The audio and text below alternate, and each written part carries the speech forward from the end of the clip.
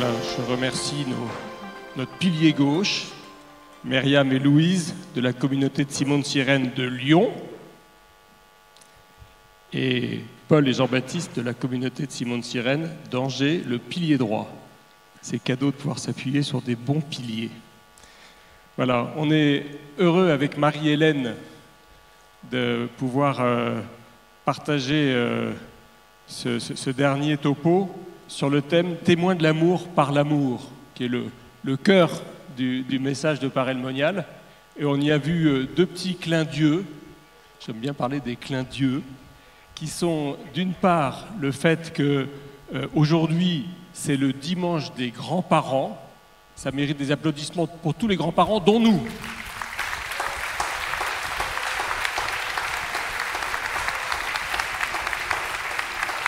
Voilà, et je vous rappelle que le Père Benoît nous a dit que nous, les grands-parents, on est des vieux tournesols grillés.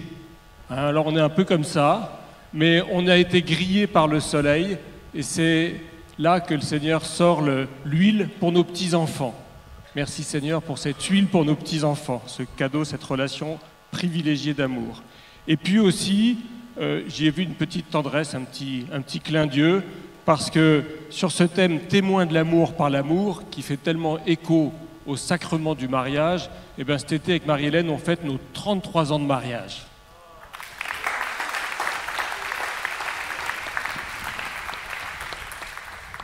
Voilà, 33 ans de mariage. Témoin de l'amour par l'amour, c'est pas toujours si simple. Et au bout de 12 ans de mariage, dans des circonstances un peu particulières, parce qu'on travaillait ensemble avec Laurent à ce moment-là, et avec nos enfants. On a 5 enfants. Et on était tous les deux épuisés en même temps. Et donc hier, on n'a pas eu l'orage, mais là, je peux vous dire que c'était électrique. Et nos enfants étaient planqués par derrière en se disant « ça y est, papa et maman vont divorcer », un peu tétanisés. Et franchement, on n'y arrivait pas. Et puis, ce jour-là, on a eu un déclic qui a été décisif pour les années suivantes. C'était de réaliser qu'on était vraiment deux pauvres qui avions le désir de nous aimer, mais qu'on n'y arrivait pas. Alors que jusque-là, on avait toujours le soupçon de se dire « mais il le fait exprès, c'est pas possible ». Et en fait, cet a priori défavorable nous a quittés et nous a soutenus pour vivre de plus en plus cet amour, témoin de l'amour par l'amour. Et en fait, il y a eu un moment particulièrement fort dont on se rappelle souvent, c'est qu'on s'est témoigné après cette grosse tension que tous les deux, on était comme des espèces de naufragés et que chacun, on criait vers le Seigneur dans le silence de notre cœur. Et puis, tout d'un coup, on a senti nos deux mains qui se rapprochaient et le Seigneur a permis qu'on se redonne la main. Et dans notre absolue pauvreté de couple, à ce moment-là, on a senti un espèce de jaillissement de tendresse. Et ça a été décisif pour nous de comprendre que c'est dans la confiance qu'on se fait dans nos pauvretés que la tendresse de Dieu pouvait jaillir. Alors, on a été nourris depuis le début de la session par ce message de Parel, et plusieurs d'entre nous ont témoigné de cette transplantation cardiaque. Hier encore, ce miracle de la guérison du cœur, notre sœur médecin, là.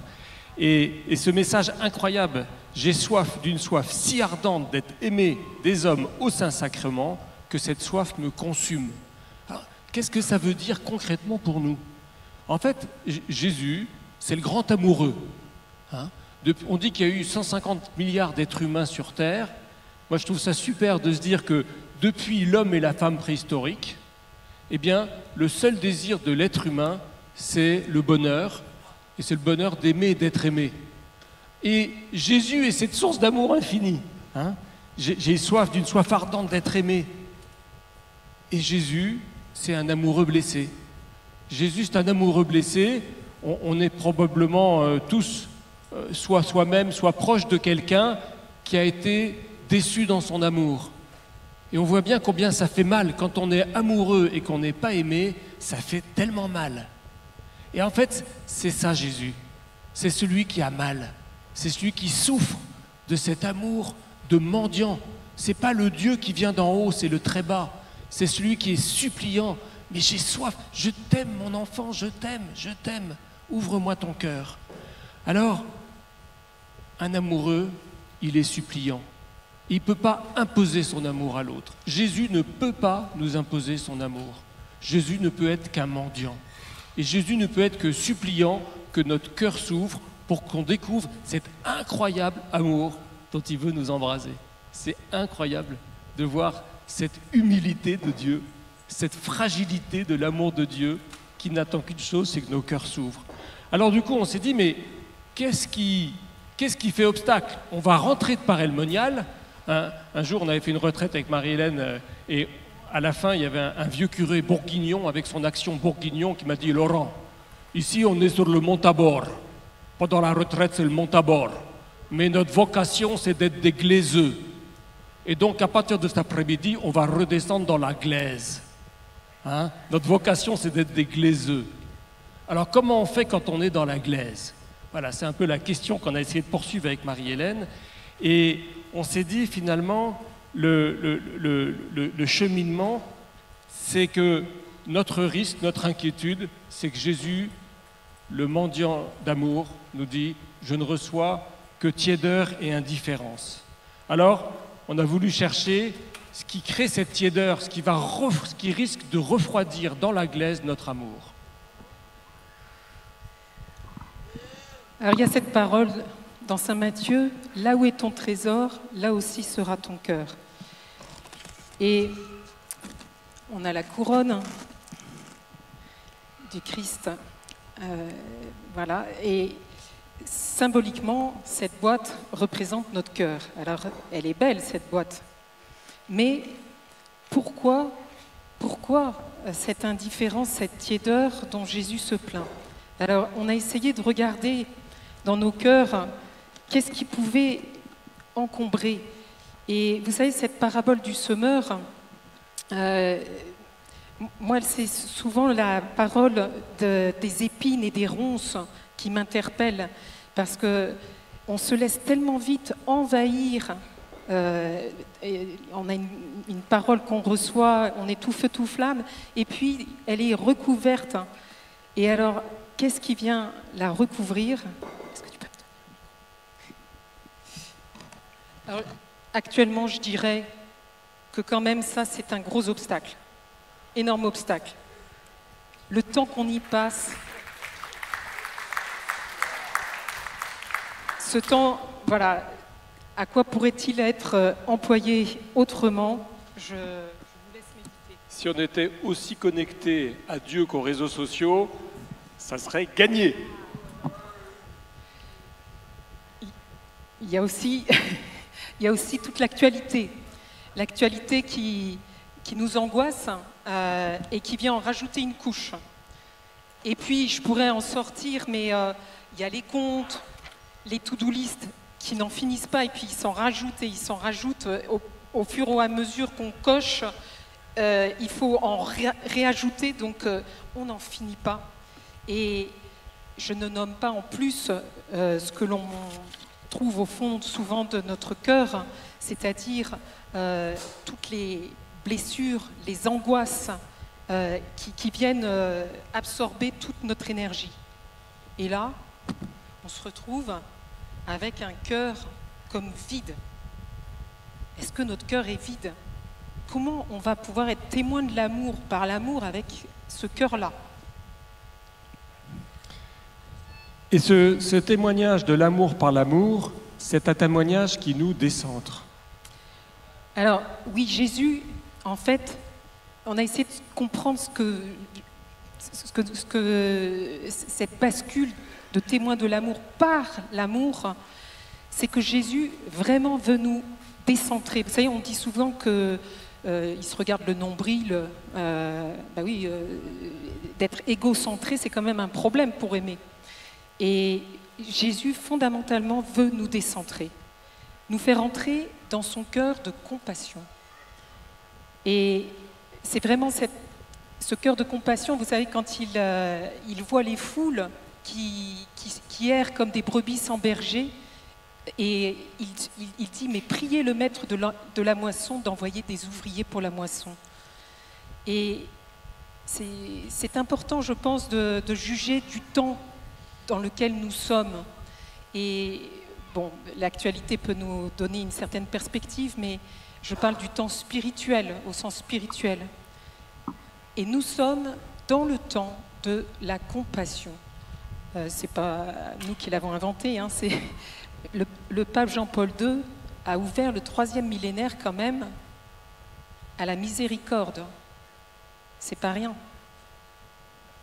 Aujourd'hui, on fête le 350e anniversaire des apparitions du cœur de Jésus à Sainte Marguerite Marie. Là encore, on est invité à à actualiser cette miséricorde. Qu'est-ce que ça veut dire dans le monde d'aujourd'hui? On voit que les gens souffrent. Non? Autour de nous, combien de gens souffrent, sont accablés, perdus? J'ai été impressionnée en étant aumônière d'étudiantes de voir des étudiants après le Covid, mais complètement dévastés. Et ces gens qui souffrent nous disent leur soif d'eau vive. Elles ont besoin d'être consolées, d'être guéries, d'être aimées. Alors concrètement, ça va être simple, hein, il va y avoir 2 temps. Comment Jésus nous décentre, et après, comment il nous envoie. Voilà, et cette pédagogie du décentrement, c'est vraiment le secret pour avoir les pieds dans la glaise et le cœur contre Jésus. C'est cette manière qu'a Jésus, et on peut le voir avec tous les apôtres, on peut le voir avec tous les saints, hein, c'est quand on comprend qu'on arrête. Vous savez, cet égocentrisme dont parlait Marie-Hélène, c'est quoi? C'est pas qu'on est centré tellement sur nos petits muscles et tout, c'est qu'on est tétanisé par nos propres peurs, on est tétanisé par nos fragilités, on a l'impression qu'on n'est pas valable, on a l'impression qu'on n'est pas aimable. Et ça, c'est la tactique du malin. C'est la tactique du malin. Il faut la connaître parce que ça permet de nous en libérer. Hein? Et Jésus, il nous descend comment? Il nous dit, allez, arrête de regarder tes péchés. C'est déjà gagné. Moi, je t'ai déjà aimé, sauvé et pardonné. Ça, c'est classé. C'est un dossier qui est enregistré. Donc, tu quittes Paray le Monial, tu arrêtes de regarder tes petites blessures, tes bobos, tes péchés, tout ce qui t'empêche. Parce que la grande tactique du malin, c'est cette tactique qui consiste à nous, sans cesse, nous replier sur nous-mêmes. Pas tellement la peur de l'autre, pas d'abord la peur du monde, de ceux qui sont différents, mais d'abord la peur de moi-même, la peur de ne pas être aimable, la peur de ne pas être capable, cette blessure originelle. Et donc Jésus nous décentre en nous disant arrête de regarder un peu ceux qui ont eu la chance de prendre des cours de ski. Vous savez, la conversion, c'est je suis centré sur moi-même, mes peurs, mes angoisses, mes péchés, et Jésus me dit allez, demi-tour, hein, et tu vas te centrer sur moi et te centrer sur l'autre. Voilà ce double décentrement auquel Jésus nous appelle. Alors le premier décentrement, eh bien, c'est le cœur de l'Évangile, c'est les béatitudes. Le cœur de l'Évangile, c'est le décentrement par l'appel du plus pauvre. Vous savez que les béatitudes, c'est le portrait robot du Christ. Hein? On peut relire toutes les béatitudes, c'est le visage du Christ. Eh bien, ces béatitudes, on a la chance, hein, c'est ce qui nous a mis le cœur en joie pendant toute cette session, parce que avec cette session où ceux d'entre nous qui vivent des handicaps et ne faisons pas de coups de violon sur le handicap, c'est pas drôle de se réveiller avec des handicaps, c'est pas drôle d'avoir besoin des autres, c'est pas drôle d'avoir un corps de traviole, mais on est le chemin par lequel le Seigneur passe, on l'a tellement entendu, hein, encore hier, cette rencontre incroyable qui s'est révélée après 15 ans depuis Lourdes, là, eh bien, le Seigneur passe par nos fragilités, et quand on est en situation de handicap, les fragilités sont évidentes. Alors, moi, j'ai vécu cette histoire dans mon histoire familiale, non pas moi-même, mais à 19 ans, j'ai reçu un coup de fil à 5 heures du matin, ma maman en larmes, parce que ma sœur Cécile, 17 ans, une belle jeune fille pleine d'avenir, avait été victime d'un très grave accident de voiture. 8 mois de coma, 4 ans d'hôpital, les SAMU venaient de s'implanter, et Cécile, aujourd'hui, elle est dépendante 24 heures sur 24. Et on a mis des années, familialement, à ne plus se centrer sur le handicap. Et un jour, maman a eu cette parole prophétique, « Cécile, on va arrêter de regarder ton handicap. » Vous voyez, ce décentrement. Même nous, quand on vit ces épreuves, il faut qu'on arrive à ce décentrement. Et ça prend souvent 8-10 ans. Aujourd'hui, on a des communautés Simone Sirène dans 12 villes en France. Moi, dans ma mission, j'ai la chance de beaucoup les visiter. Et je vois combien ce décentrement prend du temps et combien Dieu est patient. Et ce décentrement, tu n'es pas que ton handicap, tu n'es pas que ton divorce, tu n'es pas que ta solitude, tu n'es pas que la perte, le deuil de celui que tu as aimé. Et ce décentrement, eh bien, il passe par cette page d'évangile bouleversante qui est la porte étroite. Nous, les valides, ça nous fout la trouille. Franchement, ça nous fout la trouille. Même les disciples ont la trouille, ils disent « Qui peut être sauvé ?» Et Jésus dit « Sans Dieu, c'est impossible. » Et Dieu s'incarne par les tabernacles vivantes, qui sont nos frères et sœurs en situation de handicap à Simone-Sirène, qui viennent nous prendre par la main, parce qu'ils sont, et c'est peut-être le secret de ce qu'on a vécu ensemble, ils sont la proximité de Dieu. On a eu le sentiment pendant ces 4 jours qu'il n'y avait pas de filtre, qu'on était plus facilement contre le cœur de Dieu. Cette session est toute spéciale parce que vous nous emmenez, frères et sœurs en situation de handicap, contre le cœur de Dieu. Et pour ça, je voudrais qu'on vous remercie.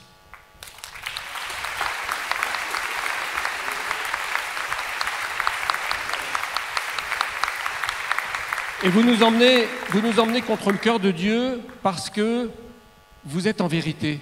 Une vérité douloureuse souvent, pas de coup de violon là encore. Mais vous nous dites, moi, je ne peux pas m'en sortir tout seul. Pour me lever, pour m'habiller, pour y aller, j'ai besoin de toi.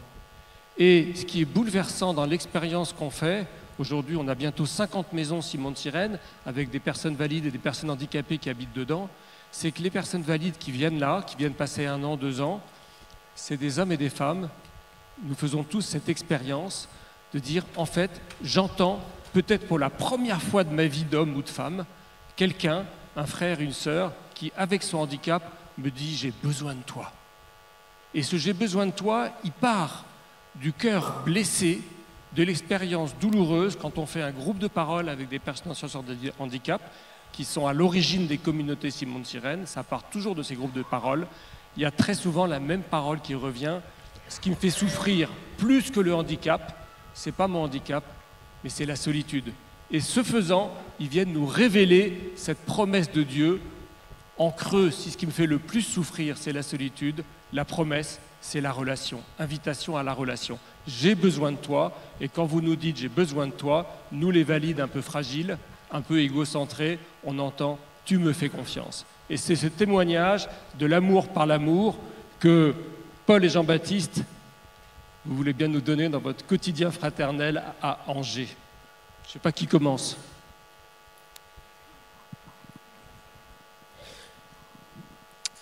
Alors, on n'a pas de texte. Et pas beaucoup de temps, qui plus est. Donc, alors, l'amour par l'amour, je pourrais vous parler de ce qu'on vit en maison partagée, mais j'aimerais surtout me centrer sur cette semaine vécue au milieu de vous tous, et notamment d'une chose qui m'a beaucoup interpellé et amusé, c'est qu'il y a beaucoup d'entre vous qui nous ont croisés, Paul et moi, à divers endroits, et chaque fois qu'on a été interpellés, il y avait cette même question, c'est est-ce que vous êtes frères ?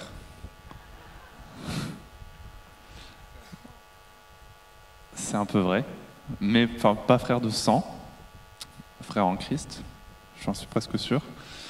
Mais en tout cas, voilà, ça nous a beaucoup attendris et beaucoup touchés parce que c'est exactement le modèle, l'image qu'on veut transmettre en étant ici. Et je constate surtout avec grand plaisir que cette image-là, on n'est pas les seuls à la transmettre, que c'est pas juste propre à l'identité de Simone-Sirène, que vraiment l'amour est omniprésent dans le handicap et que le fait d'arriver à Simone-Sirène en tant que, parce que moi je suis assistant interne depuis plus d'1 an maintenant. Donc j'habite dans une maison partagée avec des personnes, d'autres personnes valides et d'autres personnes en situation de handicap. Enfin, pas la même que celle de Paul, mais on vient avec plus ou moins de bagages, des blessures, des doutes sur soi-même,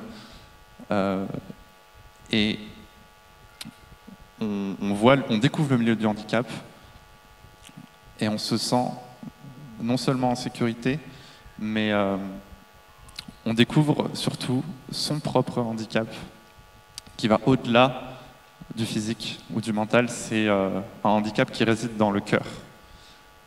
C'est un univers, celui de Simon de Sirène, celui du handicap en général, qui est complètement insoupçonné quand on est dans la frénésie de la vie active. Et ça nous touche profondément une fois qu'il est découvert.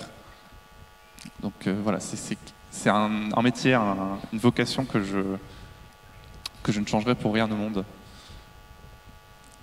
Et je laisse Paul développer. Que dire après ça?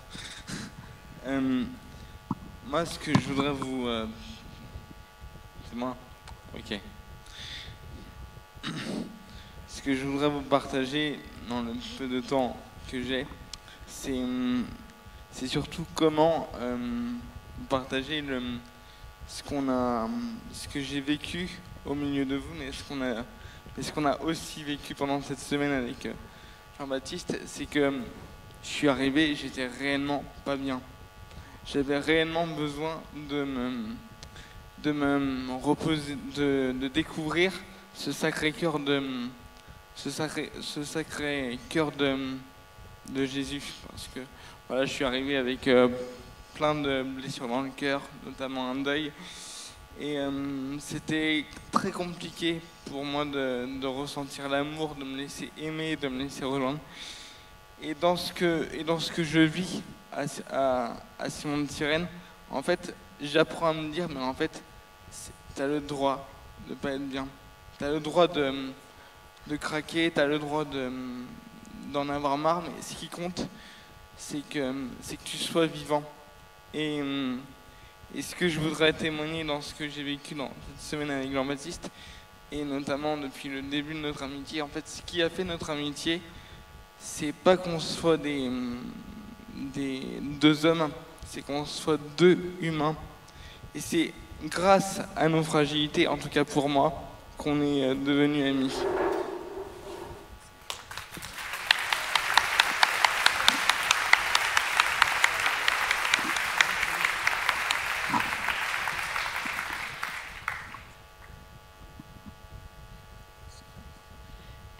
Bonjour, je m'appelle Louise. Oui, et moi je m'appelle Myriam. On va vous partager un petit peu ce qu'on a vécu toutes les deux cette semaine et puis même avant. Moi je coordonne un groupe d'activités de jour. Je ne vis pas dans les maisons Simon de Sirène, mais donc je vois Myriam au quotidien dans les activités. Et puis récemment on a vécu un séjour de vacances et là ce séjour à Paray-le-Monial ensemble. Et ce que je trouve très beau, c'est finalement de pouvoir accompagner Myriam au quotidien. On partageait la même chambre, de l'aider le matin, le soir. Et là où je me dis qu'en fait c'est un miracle que Myriam me fasse confiance. Elle me fait vraiment un grand cadeau. Parce qu'effectivement, tu vas avoir besoin d'aide le matin pour te lever, pour t'habiller. Et même si j'oublie de mettre le réveil comme hier matin et qu'on fait la grasse mat et qu'on est en retard, et tu continues à me faire confiance, même si je galère à mettre les bas de contention, même si parfois j'oublie des choses. Tu me fais confiance pour t'aider avec mes limites, avec mes difficultés. Mais Myriam, tu continues en fait à voir ce qu'on a vécu de beau ensemble tous les matins en descendant à la louange. Ça descend depuis le lycée Jeanne d'Arc. Et donc, je lâchais le fauteuil de Myriam et je courais à côté. Ça demande quand même à Myriam de me faire confiance sur le fait que je vais rattraper le fauteuil. Mais Myriam me fait cette confiance-là. Et du coup, on vit vraiment quelque chose de très de très beau. C'est un cadeau qu'on se fait l'une à l'autre. Et je me dis, si Myriam me fait confiance, avec tous mes défauts, mes limites humaines, après le monial, ici, c'est quand même la cité du cœur de Jésus, de la confiance dans le cœur de Jésus. Je me dis, si Myriam me fait confiance pour l'aider dans une petite partie de sa vie, est-ce que moi, je ne peux pas faire confiance à Dieu qui, lui, peut tout dans ma vie, qui, lui, est infaillible, qui, lui, rattrapera toujours le fauteuil de ma vie? Voilà, c'est pour moi une leçon que tu me donnes, Mimi. Et merci pour cette semaine partagée. On est déjà en train de parler de la prochaine session.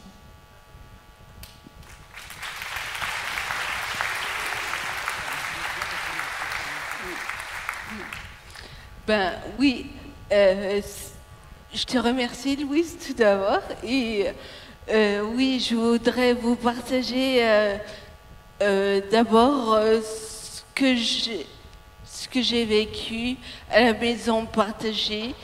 Le premier jour où je suis allée, c'était en mai 2021. J'ai effectué mon premier stage. Et ce qui m'a vraiment touchée, c'était l'accueil de Constance, la responsable de la maison, et de Cyprien Tita, un assistant de vie. Voilà, et ils ont été très accueillants, on s'est sentis à l'aise à la maison. Oui, on était vraiment chez nous, quoi. Et oui, ils nous ont d'abord ils nous ont demandé de nous asseoir à table. Ils nous ont fait de quoi manger, de quoi boire. Et on a un peu partagé ensemble ce qu'on voulait, quoi, une petite discussion, quoi. Et oui, et ça, c'était vraiment magique.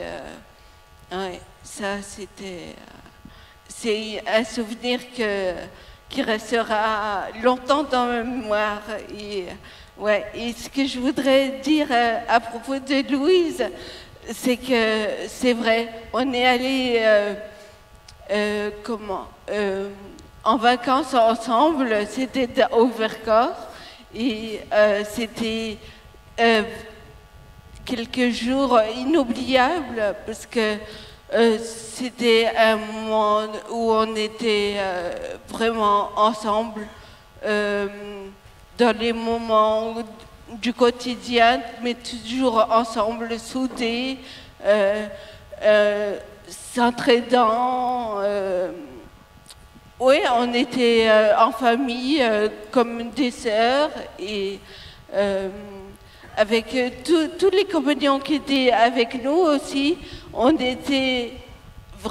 a partagé vraiment un moment, des moments vraiment inoubliables et oui, on était vraiment en famille, quoi. Et voilà. Merci Myriam, merci à vous quatre. Alors, ce petit lien, il fait vraiment écho à ce cœur à cœur, cette porte ouverte dans laquelle on est emmené au quotidien. Je voudrais juste vous citer une parole de Diaconat à Lourdes en 2013, où il disait « J'ai pu rencontrer des gens qui vivaient la croix, la souffrance, l'abandon et qui vivaient une résurrection. C'est tout l'évangile qui est vrai et les mots de confiance, d'espérance prennent un sens et deviennent vivants en moi parce qu'ils sont vrais dans la vie des autres. » Voilà ce que j'ai envie de dire en vous écoutant chacun des binômes là, de Simon de Cyrène. Merci pour votre témoignage. Et de même que cet appel du plus pauvre vient nous décentrer, le Christ lui-même sur la croix vient nous appeler. Et il nous appelle, comme le disait Laurent, comme un mendiant.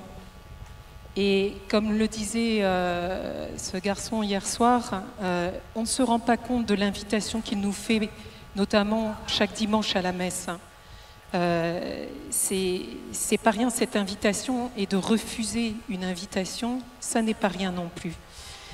Et il y a cette parole de l'Apocalypse que j'aime beaucoup, au chapitre 3, verset 20, qui dit bien cette attitude du mendiant. Bon, il y a les cloches en plus.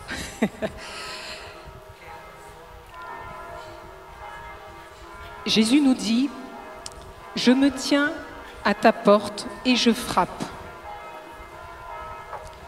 C'est Jésus donc qui a l'initiative, il frappe à notre porte. Si quelqu'un m'ouvre et entend ma voix, j'entrerai pour souper, moi avec lui et lui avec moi.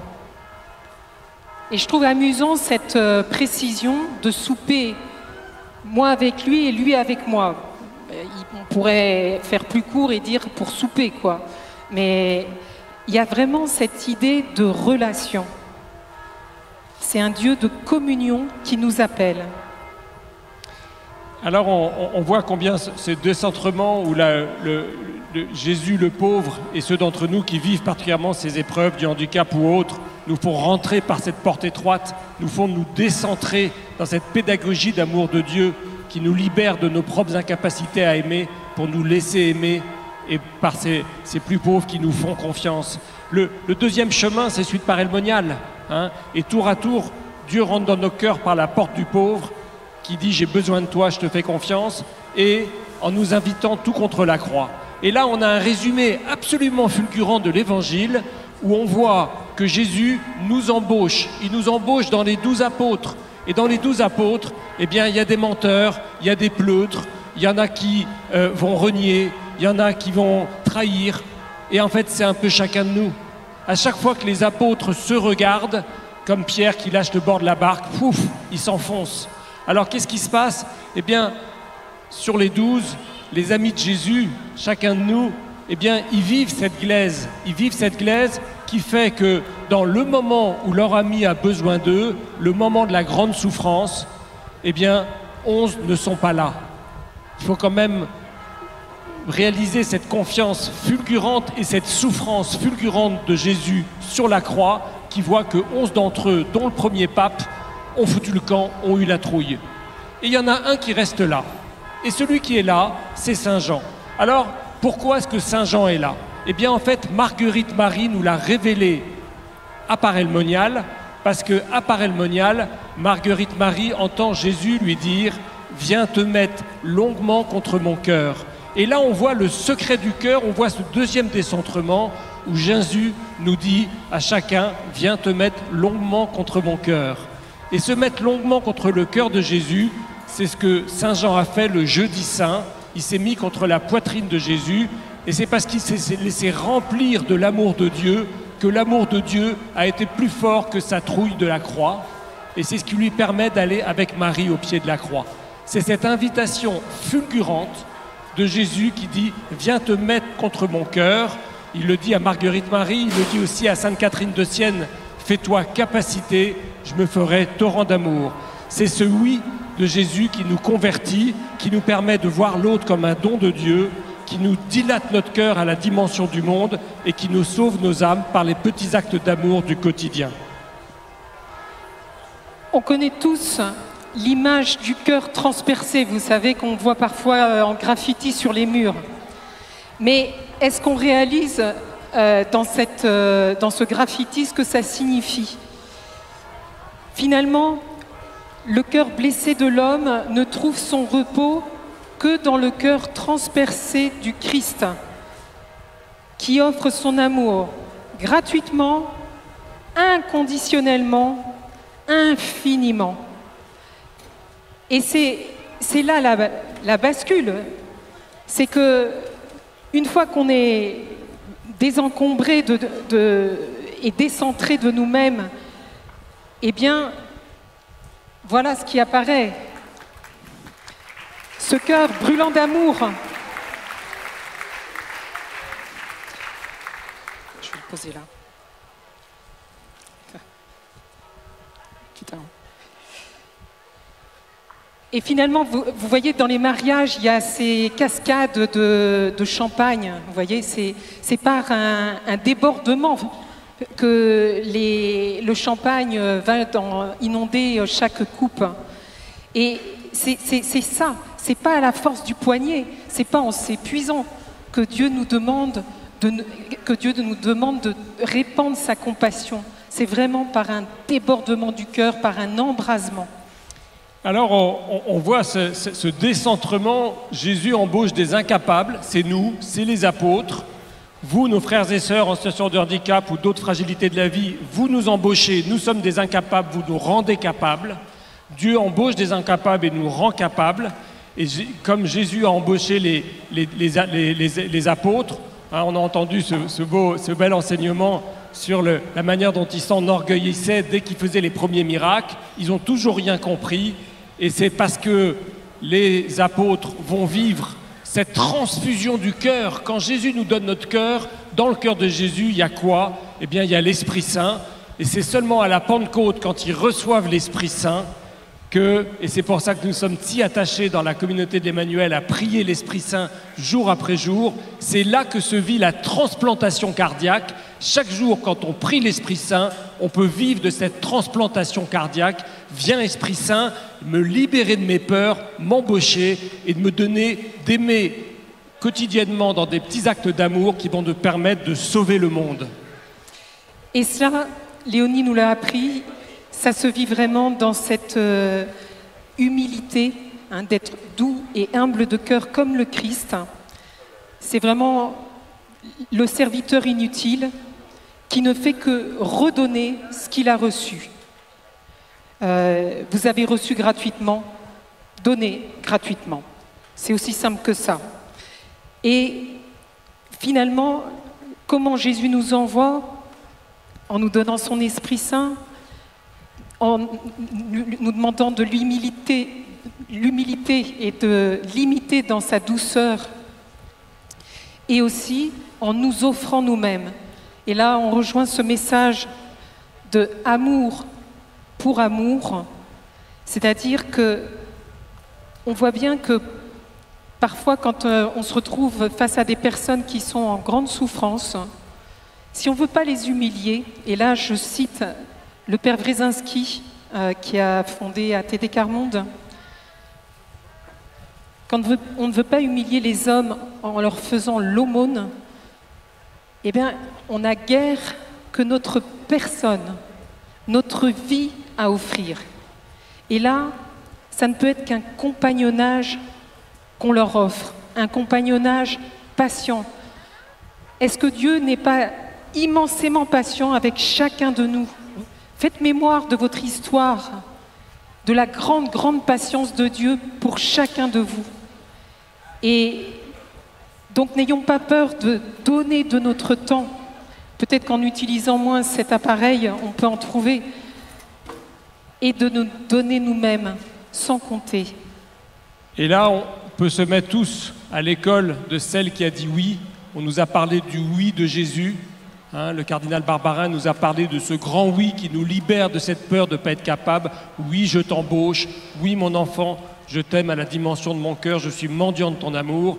Et celle qui a compris ça dès le premier battement de son cœur, c'est la Vierge Marie, avec cet extraordinaire double battement du cœur. Le déplacement, c'est vraiment le poum-poum du cœur, hein, le double mouvement. Et Marie vit ce double mouvement avec le premier mystère joyeux, hein, l'Annonciation. Marie est contre le cœur de Jésus en permanence. Ça me fait penser à ce témoignage de Christine, qui est une des premières Simone de Cyrène, qui est maintenant au ciel. Elle était dans son fauteuil, infirme motrice cérébrale, très très très handicapée.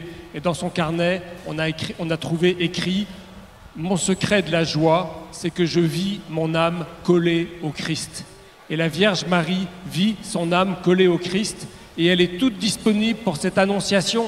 Cette annonciation, c'est ce qu'on vit jour après jour dans la prière. C'est ces paroles qui fusent quand on loue ensemble. On vit tous des annonciations. Et à ce moment-là, la Vierge Marie sait qu'elle porte l'enfant Dieu. Et plutôt que de s'égocentrer, plutôt que de s'arrêter sur elle-même, même sur cette joie de porter l'enfant Dieu, tout de suite, deuxième mouvement du cœur, deuxième décentrement, la Vierge Marie part va traverser les montagnes, va voir une vieille dame qui est stérile et qui est sur la fin de sa vie, et elle va lui porter la vie, elle va lui porter la joie, et elle va lui porter dans la visitation le jaillissement de Jean-Baptiste